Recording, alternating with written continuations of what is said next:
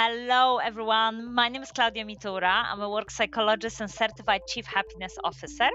To celebrate the launch of my new book, The Alphabet of Happiness, I'm bringing you 26 days of science backed happiness principles, one for every letter of the alphabet, inspired by my book.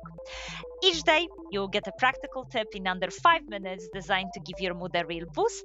And this challenge is our official countdown to the big book launch party on 31st of October at the Science Museum in London. And today we are kicking off with the letter A for acceptance. So, what is acceptance? I personally think about acceptance as being at peace with our thoughts and emotions, even the unpleasant or unwanted ones.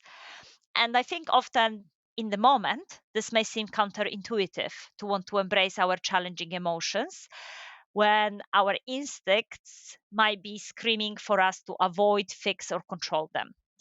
But research shows that the more we, let's say, fight with our emotional experiences or want to influence our emotional experiences, the longer they last. In reality, any strong emotion that causes physiological reactions in our body should last approximately 90 seconds.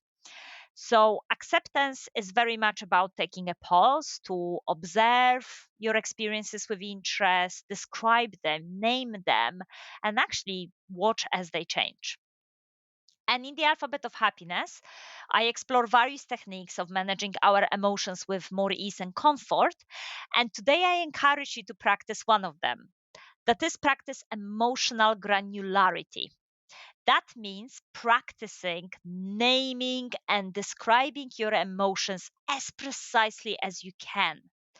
Because there are so many fascinating studies that show that those with high level of emotional granularity are better at managing their emotional experiences. Because ultimately we need to really understand what we're feeling before we can manage, accept what we are experiencing. So, to practice emotional granularity, try to expand your vocabulary regarding your feelings. So, for example, you can try to describe your emotions using metaphors. Like I often say, I have hair on fire to let other people know that actually I'm having a very stressful, hectic day. You can borrow words from other languages. For example, there is a Swedish word, restfeber, which means the mixture of nervousness and excitement before traveling. I love that word. So, again, look at other languages. Could you choose different vocabulary to describe how you're feeling? You can even come up with your own concepts. I think that the person who created the word hungry, as in hungry and angry together, because let's be honest, when we are hungry, we often are angry. It's a genius, really, because it showcases such a mixture of emotions in a one word. If you give this a try, I would love to hear about it. What kind of words you can come up with? How could you describe your emotional experiences? And most importantly, how that impacts your happiness and your relation with your emotions. You can share your thoughts on LinkedIn or Instagram. Please tag me at Klaudia Mitura on LinkedIn or the Happiness Challenge _Klaudia on Instagram. Remember to tag a friend so that both of you can win one of the 3 signed copies of the Alphabet of Happiness.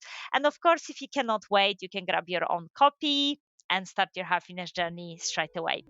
So I see you tomorrow for a next letter and another happiness boost. Bye.